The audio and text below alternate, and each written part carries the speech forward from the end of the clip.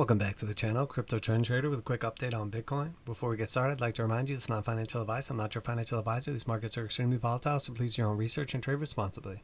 All right, today we're looking at the 4-hour Bitcoin chart.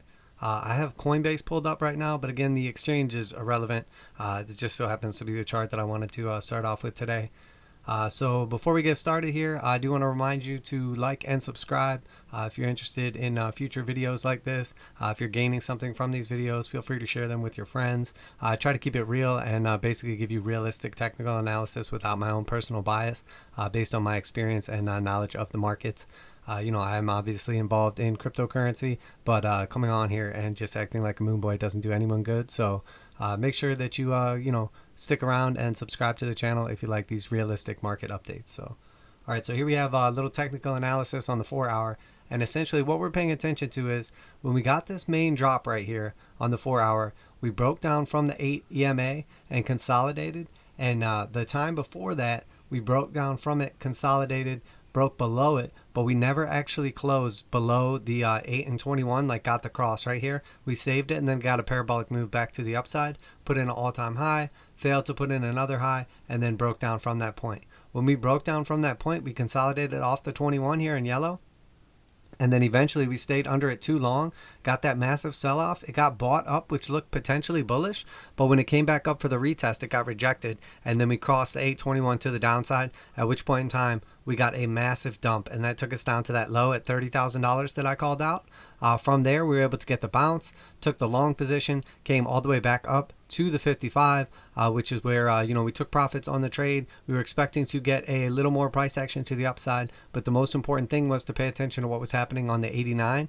Here we found support, 1, 2, 3, 4, 5, 6, 7 candles in a row. At that point in time, we had taken a long off this position right here and, once again, rode it to the upside, came all the way back up to our 786 Fibonacci level, which corresponded to the 786 Fibonacci level from this point to this point, as this point to this point, which is where we were expecting to top out. I then hedged my position on a short, which was a retest of the breakdown area. So we essentially had a support area, broke down from it, came back up, retested it as resistance, where we also filled the gap on CME futures to the downside, or after the break to the downside, came back up, got a strong rejection, at which point in time my hedge short position took me down here. I basically got taken out of my long position there and actually profited quite well on the short position back to the 89, which once again I expected a bounce. I did go ahead and my last video I had basically stated that I was looking for the 34.4, I believe is what I said. In this case on Coinbase we got down to 34,298. I did front run it slightly. I always try to get in and out of my position slightly above or below, just not to get greedy and miss my entry or exit. So I did take a long once again at the 34,450 range. So I was able to essentially buy the bottom down here once again on this wick here. Basically took that trade back to the upside and then once again got out of my position right here as well. So I am once again just, net short on this right here, but I did not sell my accumulated position right here. I'm essentially just logging in all the profits I made on this run up through my short position, and then I will close my short position if we take out this high right here, on a bounce. But again, what we're looking at is that 89 moving average. It acted as resistance right here when we broke down from it, but we never actually took down to the next moving average. We then found support, bounced up, found support, bounced up, and then here once again we're finding support as well. So the real question is, are we bullish or bearish? Now granted, this is a weekend, so the price action itself is a little bit variable, as we could see a move violently in one direction, but we would expect to come back in line at some point in time with the futures, which closed at like 36,000. So I would expect at some point in time, this is a long weekend, so I believe markets will be closed until Monday night. They won't open Sunday night like normal, but essentially we'll be we'll have one extra day of crazy volatility over the weekend before we get back into line with spot.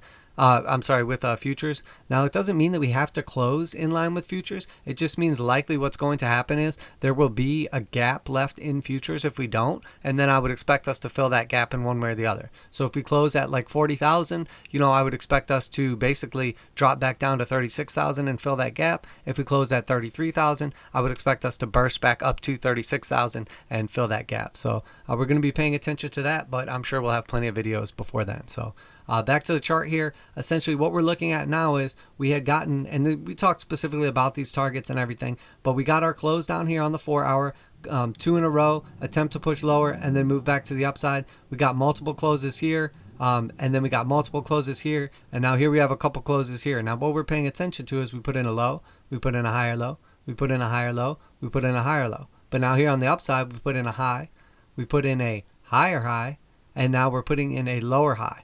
But is this lower high just going to be like a micro lower high like this, and then we can bounce it and take it out so we can continue this uptrend back to the upside? Or is this going to be, the continuation or the beginning of a downtrend back to get like that A, B, and then C, where we essentially like retrace and, possibly get continuation to the upside, possibly break down for a further correction. So now let's go ahead and turn off. Oh, and the moving averages I want to talk about. So we were speaking specifically about the breakdown and confirmation of the 821 moving average, the bearish cross. Here we got the bullish cross back up to the upside. Here we attempted to get the bearish cross, but basically saved it. We got that push back up, but failed to consolidate and hold it. So we got a slight cross, and now here we're getting a much more, convincing cross.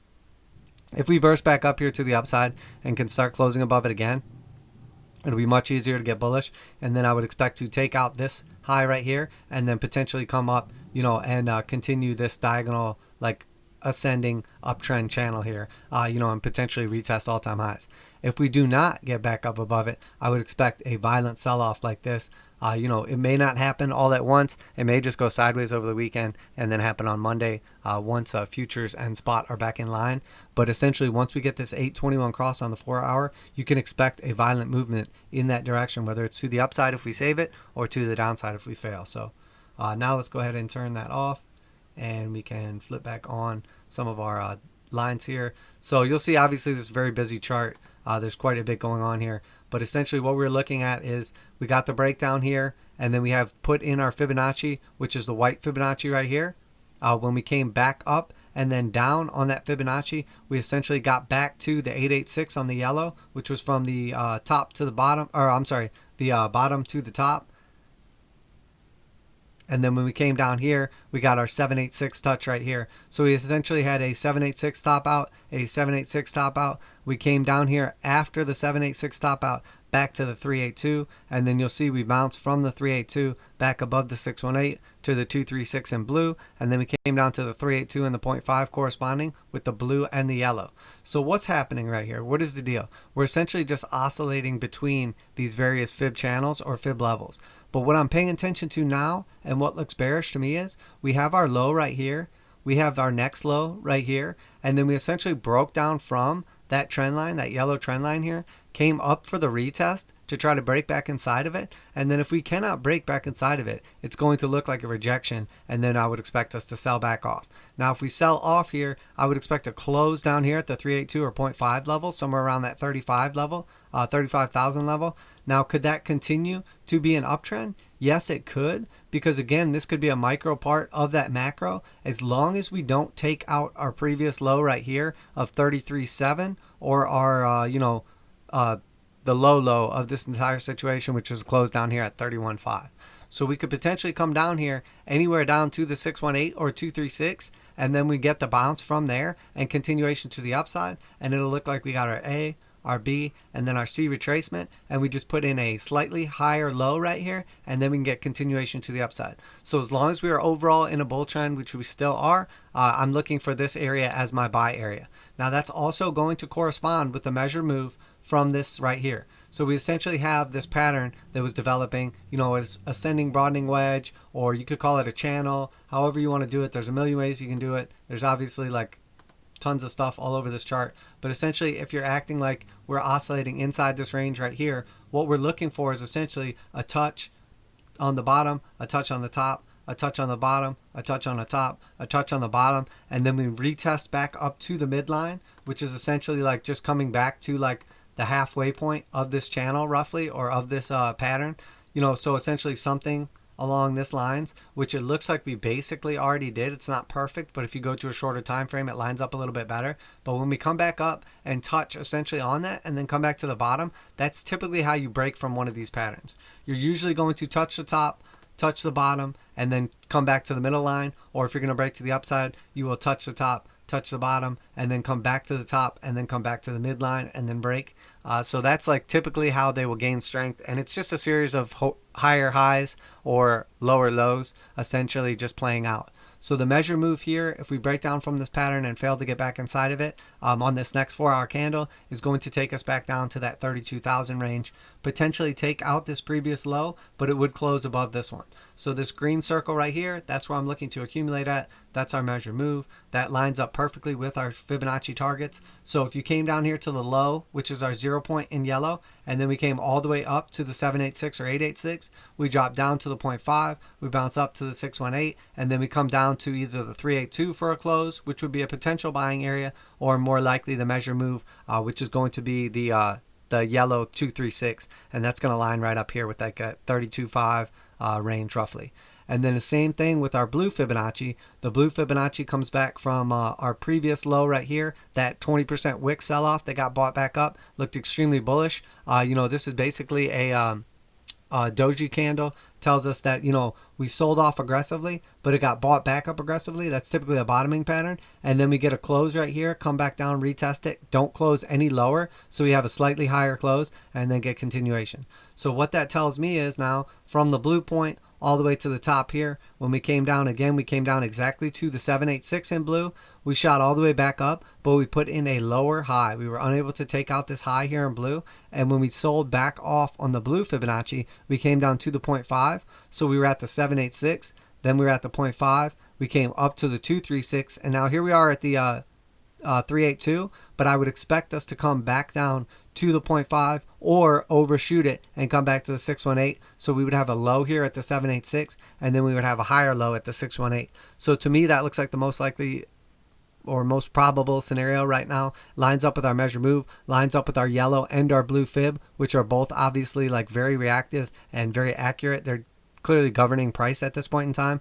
So that's what I'm looking for, is essentially like that 32.5 range, somewhere around here. Again, I will probably either layer in or basically layer out of my short accordingly. I may take part of my profits right here, take part of my profits right here, or I might just run my stop loss as we go down.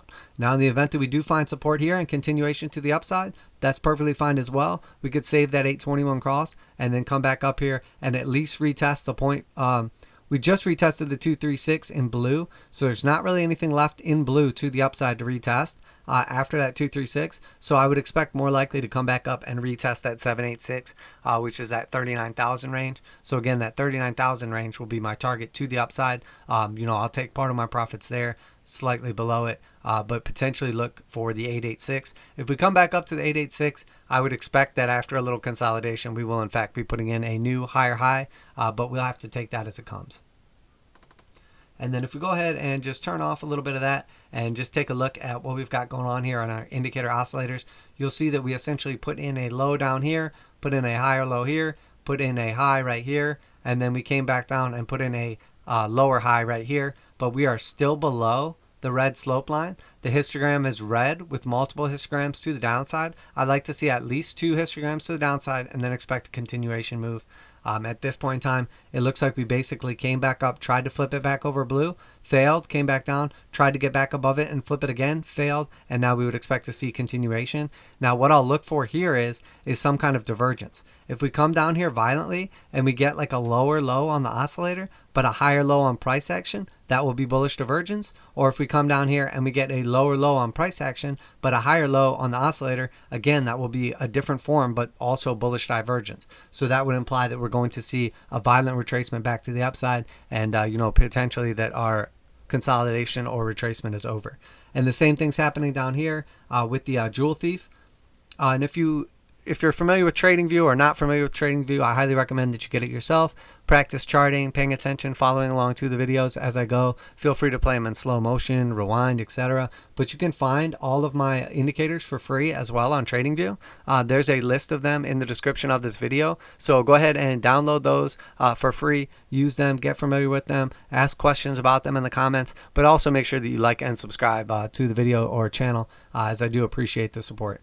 So here we have our low right here on price action on the stochastics, and then we come back down and we were attempting to put in a low again, but we got this rejection and it looks like we're going to continue moving to the downside. So what we want to pay attention to is we have a low right here, we have a higher low right here, and the same way we have a low right here and a higher low potentially right here. So what we're looking to see happen is the same exact thing. We want to see the stochastics come down even lower but get a higher low on price action, which would give us bullish divergence, because we would have a low right here with a higher low on price action, but we would have a low right here with a lower low on the stochastics. So that's going to give us essentially, if we can come down here and the blue takes out that 23 level, if we enter into specifically the bearish control zone and this flips over green, and then we can get that hard buy signal when we exit, that's going to look like an absolutely phenomenal buy, and I will definitely 100% be taking that. Regardless of what area it aligns with on price action,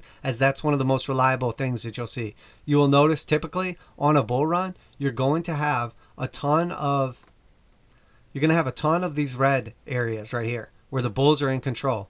And every time the bulls are in control, you don't want to sell. You want to assume that the bulls are going to remain in control and we're going to get continuation to the upside. In the same way that when you get the bears come in control, when we go down below that 20 level and this lights up green, that lights up green, and then potentially here lights up green, those are typically, although they're not technically like the bottom all the time, they usually correspond with very, very close to the bottom or one of the best buying opportunities. So if you bought right here at the green level and then rode that to the top, you would have got a 154% gain with a minimal stop loss, basically no stop loss necessary right here, although I do obviously use them. And then the next point would have been from this area right here. If you took the accumulation there, 132% gains to the upside. And once again, from that point, although we put in a lower low, we clearly put in divergence on the knife as well. That only came down a couple more dollars from where your entry point would have been. So again, with the minimal stop loss, you would have protected yourself and been fine in this position. So if a similar situation happens right here on this sell-off, depending where this low comes down to, and we actually get that green area, now that's going to look like the perfect buy. Now, what could happen here potentially is if this is, and again, this is why I always use stop losses and find them necessary, is, or else I'll hedge myself with a short position that has a stop loss so that I don't have to sell my accumulated spot position, but I will lock in the gains from the move even if we sell back off. So I essentially hedge myself out of the market. So if we sell off, I still have the same amount of Bitcoin. It's worth less, but then I lock in cash profits that are the equivalents to how much less it's worth.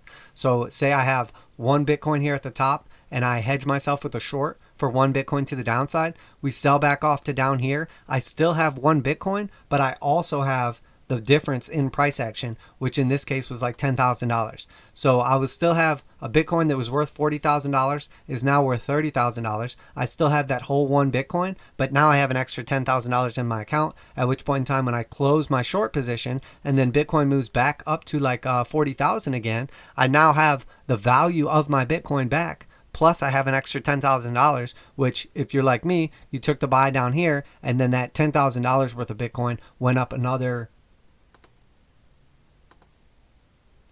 roughly 20%. So now that $10,000 is worth another $2,000. So now you have the same value Bitcoin and an extra $12,000 just from hedging your position. So, and again, that just protects you from further downside. So you don't have to sell your spot position, because in the event that you were to essentially like take that short right here and then price continues to the upside, your short position gets closed out and you don't have to rebuy your Bitcoin at a higher price. So you still have the same amount of Bitcoin, but you protect yourself from any losses.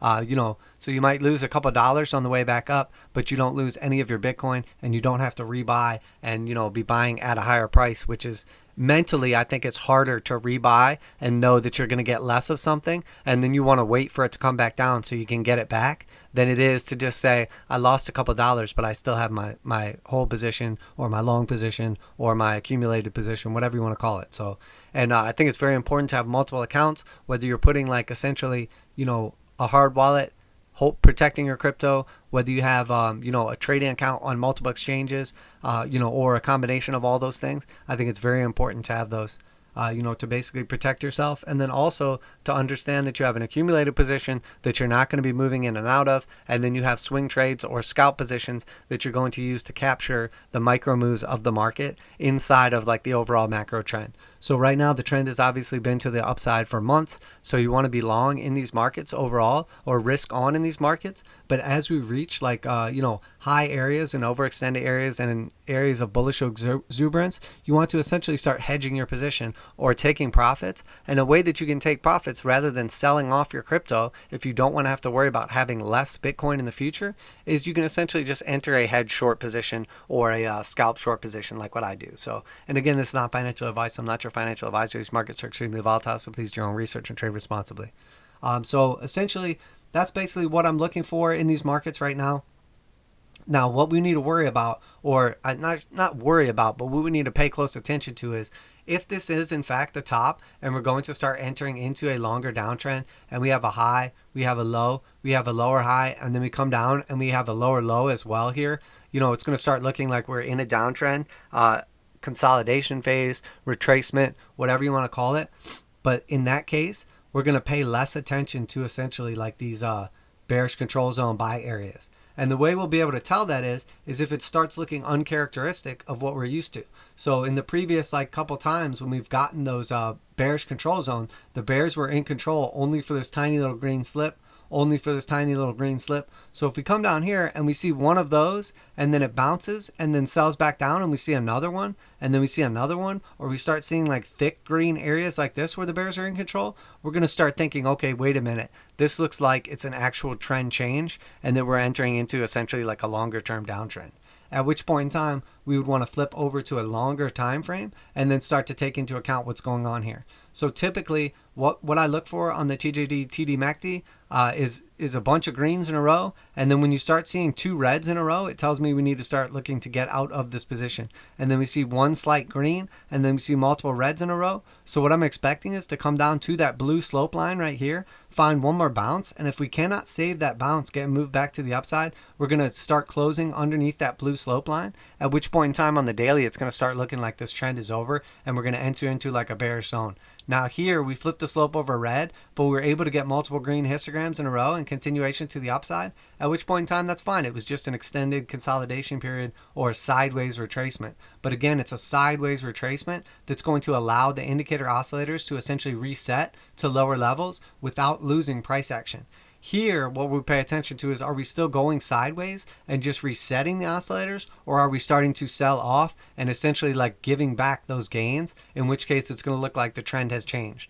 And then once again, you'll see the same exact thing happens here. We exit the bullish control zone in red, we get the hard sell in yellow, and then we start to go sideways here. Now we don't actually violently sell off, we basically just consolidate. Here we'll notice the volatility has increased substantially, but if we essentially just do the exact same thing, exit the bullish control zone, hard sell signal, but we don't actually start going to lower prices, we just kind of go sideways and consolidate, that's going to look extremely bullish, and then I would expect to get continuation to the upside off of a key fib level or moving average cross. So once again, let's switch this back over now and let's go ahead and turn on the TJD prophecy, which if you're not familiar with the TJD prophecy, essentially what that is it's a combination of moving averages. We have the red exponential here, which is our shortest time frame moving average. We have the yellow exponential, which is our second shortest, the 21 right here. And then we have a combination of the 50 and the 55. We have a 55 exponential in bright green. We have the 55 simple moving average in dark green. And that corresponds with like your typical Wall Street or traditional technical analysis, as where these are fib number moving averages, which I prefer. And then we have the 89 here in purple, that's exponential as well. We have the 200 exponential and the 200 simple, which again, the 50 simple and the 200 simple are what traditional traders or Wall Street traders use to determine like the actual direction of the trend and whether you should be buying or selling into that price action. And then finally, we have our last two fib moving averages, the 377 exponential and the 528 exponential. And if you're not familiar with how the Fibonacci sequence works, I highly recommend you take a look at that. That's basically where we get our various Fibonacci levels for like the retracements when we use our fib tool for either price targets or extensions for the retracement or for the extension of the previous move to like a higher high or higher low. And then it's also where we get our moving average numbers for. So you take your Fibonacci numbers, which are 3, 5, 8, 13, 21, and essentially what it is you take the previous number and then you add it to the total and then you get the next number. So if you take 3 and you add 5 to it,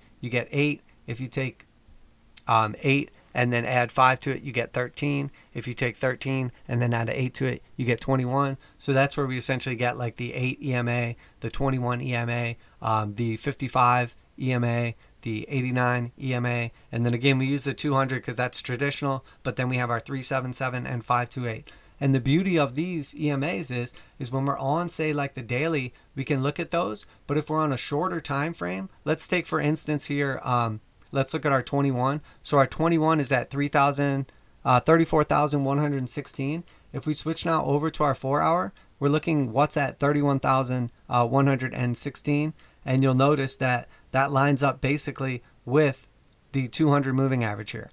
And then if we look at like the 89 moving average right here, it's at 35,208. And if we switch back over to the daily, we'll notice that essentially that 35,000 range is right here up at the 8 and 21.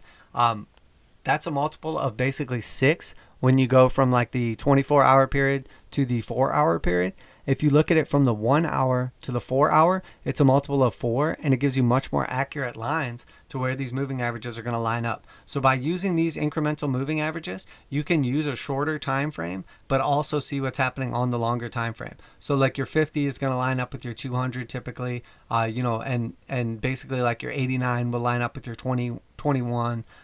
Your 8 will line up with your 21 on shorter time frames, etc. So just a quick little base on that. So we have all these various moving averages, which you can change if you prefer to use something different, but I like these ones specifically. And then you'll notice we have a series of blue dots here at the bottom. That is essentially giving us like a range to the downside. And then here on the top, we'll see we have the series of purple dots, and those purple dots are going to give you the range to the upside. So when we start to trade sideways, we would expect the top purple dots to be our resistance, we would expect the bottom blue dots to be our support, and then we would expect basically the range that we would trade in to be somewhere inside of those dots. In the event that we've been essentially going to the upside for an extended period of time and we've never been coming down and touching these blue dots, if all of a sudden we sell off and start coming down here to like that 26,000 range and start touching the blue dots, it's going to potentially look like we're getting ready to reverse this trend to the downside because we're no longer oscillating at the top of the range. We're now back down at the bottom of the range. And then also we have our parabolic SAR, which you'll notice here, we have the green dots right here that helps to tell us the direction of the trend. And then essentially when the price action comes down, and these will parabolically move to the upside with price action, so they force price action either to the upside or eventually to get taken out, and then accumulation, consolidation, or a trend change to take place. So we're in these green parabolic trend consistently for the upside, telling you need to be in a long position. We take it out to the red, telling you that we're essentially like consolidating. And then as soon as we take it back out, take out the red by price action moving to the higher point here, we essentially move back to the upside, back in an uptrend. And then again, when we come back and we take out the green dot down here to the bottom, which you'll notice a lot of times what happens is we'll sell off specifically or perfectly like to that. Or vice versa. If we're in a downtrend, we'll come back up, touch it perfectly, and then sell back off. These are essentially pivot points in the market that are like important for us to pay attention to, telling us that the trend is, going to start going in the opposite direction. So once we take out that red, green parabolic SAR and flip these over red right here, you'll see we try to come back up and touch it, fail, come back down, we'll come back up, try to touch it again. But as price action goes sideways or moves to the downside, these will essentially accelerate towards price at a faster pace. So you'll see here they're going kind of like sideways, but as price action moves up, they accelerate violently after price action. They sort of like chase price action until eventually they get taken out. So eventually the action will change, but you'll see here, you enter a trade in this area, you're in it till here, consolidation, enter a trade here, in it till here, sells back off, consolidation, enter a trade here, you're in it till way back up here, sideways consolidation, enter the trade here, you're in it till here, and then now we're looking at you exit your trade here essentially, and then are going to continue coming back to the downside and then potentially cross our 8 and 21 moving averages. Well, what do we expect to happen? We bought the 21, bought the 21, bought the 21. Next sell-off we're going to see as we come back down here and retest that 34,200 range. And we want to see, is this acting as a flat bottom support? And then we're potentially putting in a descending triangle, which is a flat bottom support that we continually bounce off, but we get a lower bounce each time. And the importance of that is a descending triangle is, imagine you have a table and you take a bouncing ball and you drop it from 10 feet up. The first bounce might take you back to 7 feet. The second bounce might go to 5 feet, then 3 feet, then 1 foot. Then it sort of rolls sideways on the table. And then imagine it bounces, bounces, bounces, and then rolls. And then eventually it falls off the table. And that's essentially the support breaking to the downside and then us falling to lower prices, at which point in time we might hit the next moving average, bounce back up, try to retest. We hit the top of the bottom of the table, and then we can't break through the table, so we bounce back to the downside, back to the downside, back to the downside, and then sell off. And that's essentially like a series of, flat bottoms with lower highs that are going to tell us that we're potentially going to continue moving to the downside and that the trend has flipped back over and that we're no longer in an uptrend, at least temporarily. And then at which point in time, if the 8 and 21 cross, that's going to essentially be the first time in this entire trend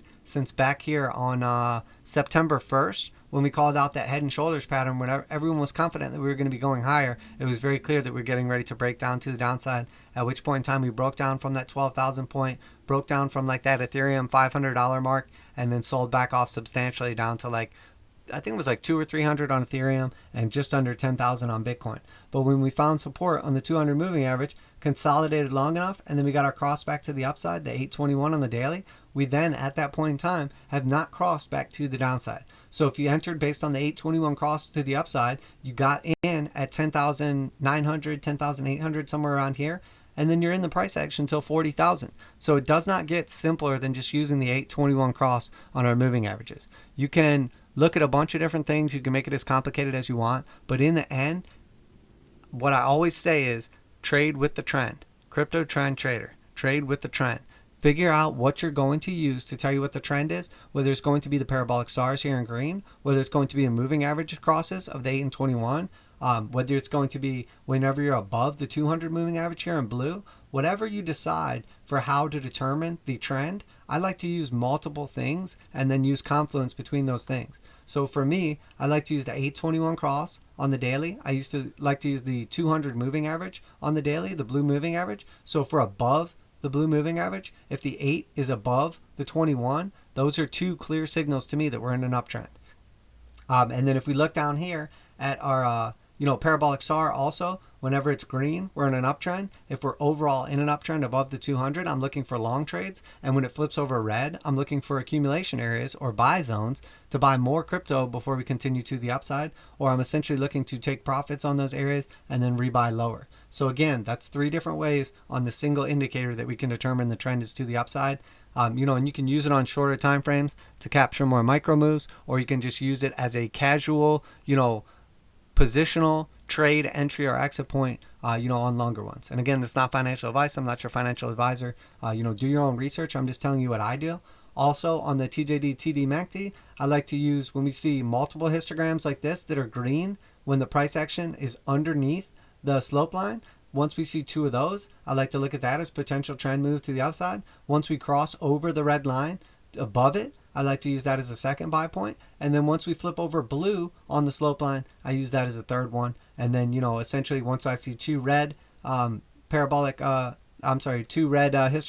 I start looking to take profits. Once we cross below the blue slope line, I take more profits. And then once we go back down underneath it and it flips over red, I potentially want to be out of my long position, or, at least make sure my stop loss is protecting me. And then again, same thing, 2 green histograms, cross back over to the upside, flip it over blue, back in a long trade, 2 red histograms in a row, underneath, and then back down.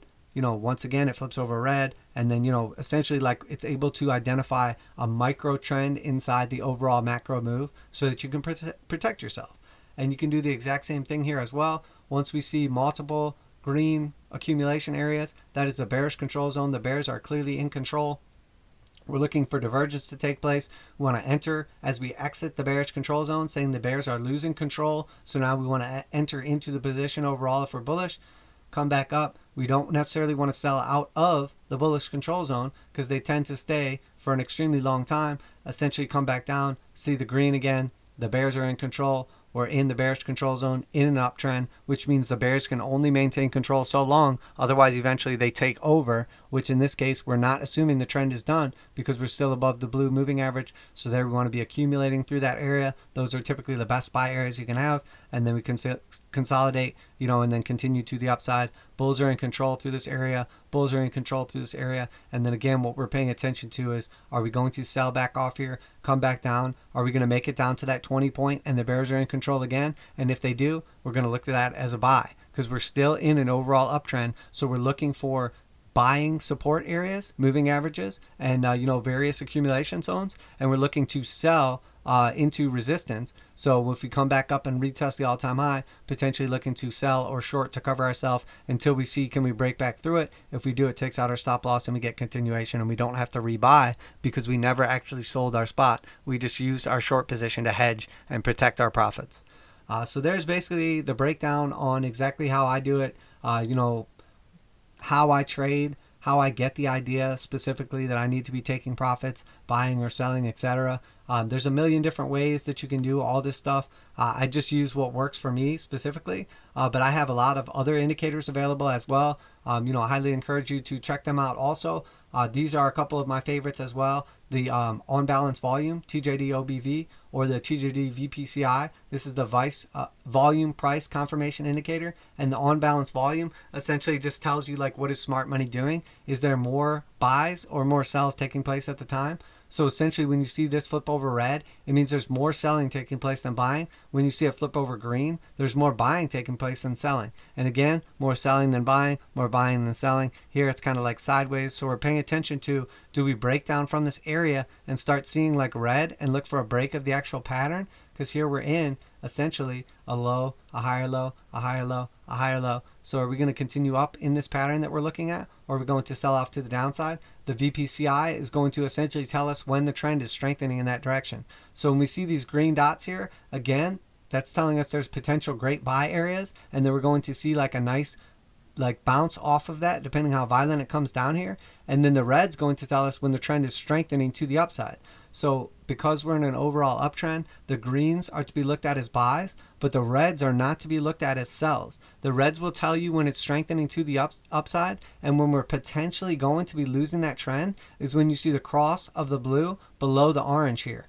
We can zoom in a little. When this blue crosses below the orange, it means the trend is probably done. Now it is possible that the blue crosses below the orange and then bounces, but typically you'll see like this. The blue will cross down, and then blue will cross down, and then blue will cross down. But these green areas, we're looking at those as buys because that's essentially saying the bears are spending all their ammunition to make this move happen, and that essentially like we're still in an uptrend. So we want to be using the bears' energy for us to accumulate good positions at a good price. So here we have 3 of those in a row, take the accumulation, bounce up. But if we start to sell back off and we get a similar situation to this, we don't want to just jump back into a buy. We want to see, is this going to actually flip over the trend?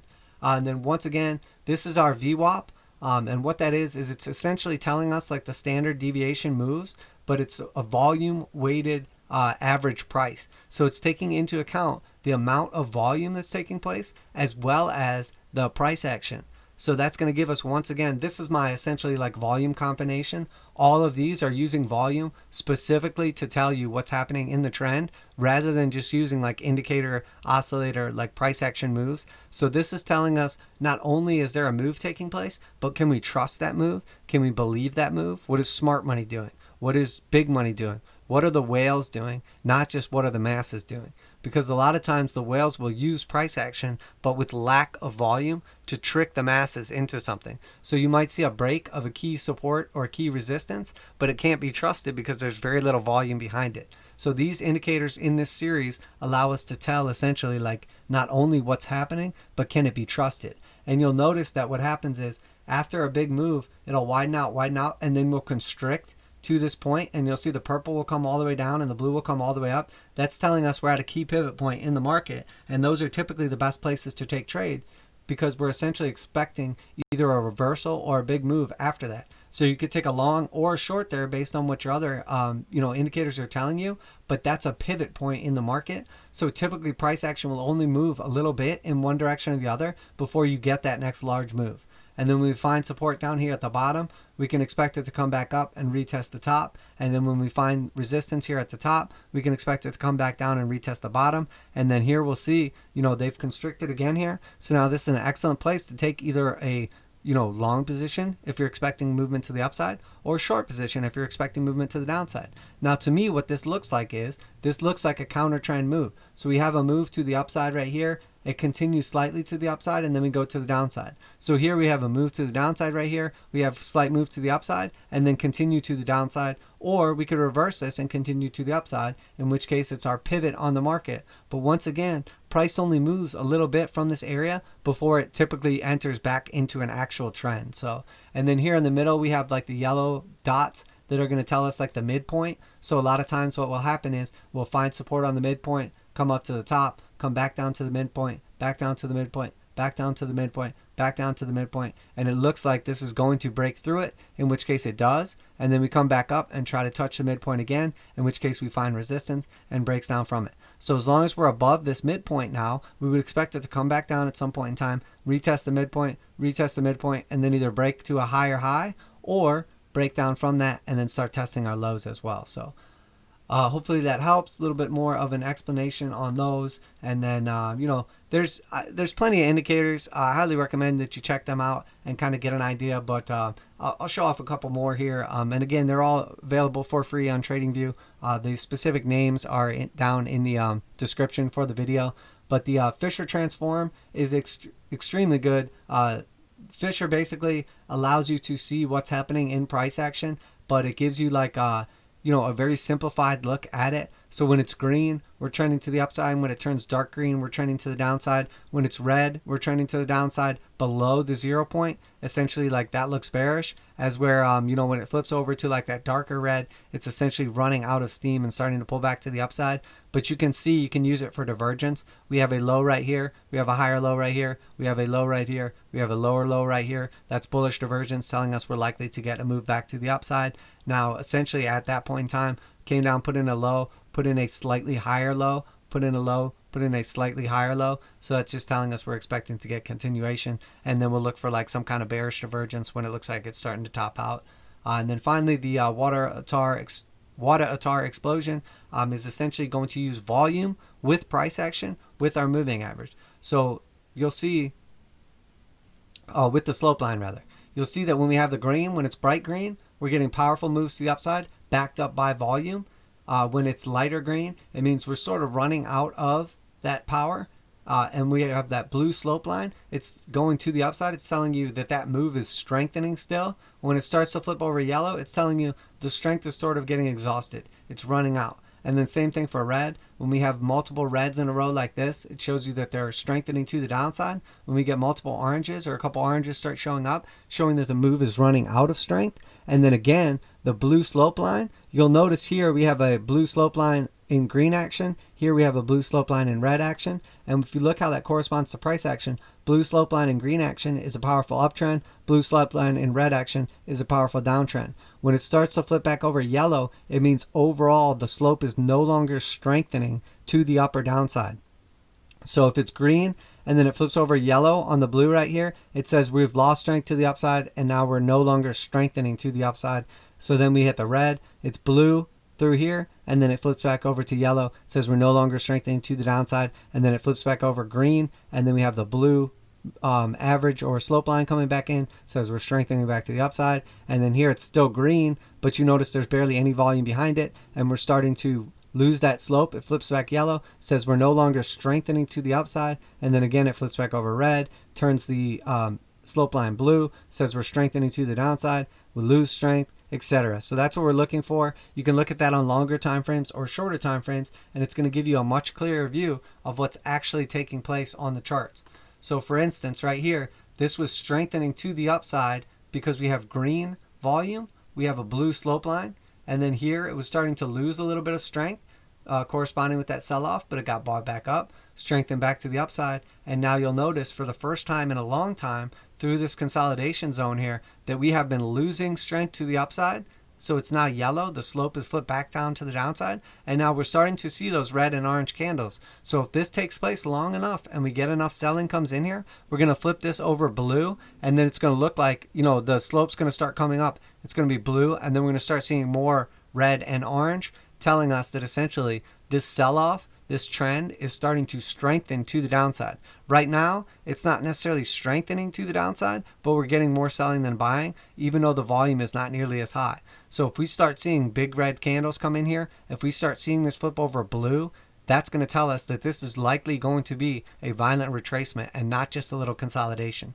And then, same thing with the Fisher here. You'll notice that you would expect there to be much more green in an uptrend and then slight areas of red. The red areas should be used for buying. The top peaks here could be used for taking profits or selling. But what we're more likely looking for is divergence on the top side rather than just selling the peaks. So you'll notice here we have a high and then we have a higher high. You'll notice here we have a high and then a lower high. That is bearish divergence, at which point in time when that bearish divergence plays out, when this flips over green, dark right here and dark right here, we would use that essentially as a bearish divergent indicator and look for a sell. We once again here on the Jewel Thief, you'll notice that we see essentially this red area, which is where the bulls are in control. We exit that area and get that hard sell. So when we get the hard sell here is at the absolute top. When we exit this area, red right here shows that the bulls have lost control and that we could potentially either go sideways and consolidate, or we could expect a violent move to the downside.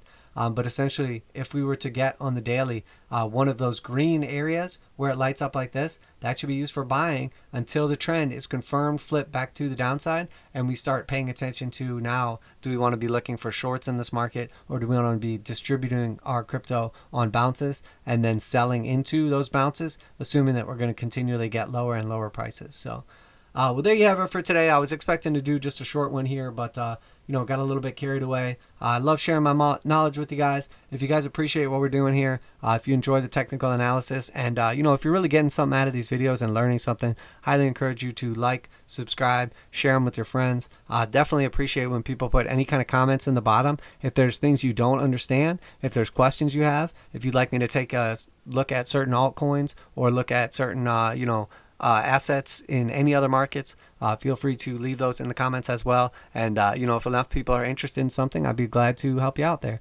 So there you have it, guys. Crypto Trend Trader with a nice in-depth look at not only Bitcoin and crypto and some potential moves that we're looking for, but also taking a look at the indicators, which once again are all available on TradingView for absolutely free. Crypto Trend Trader, and I'm out.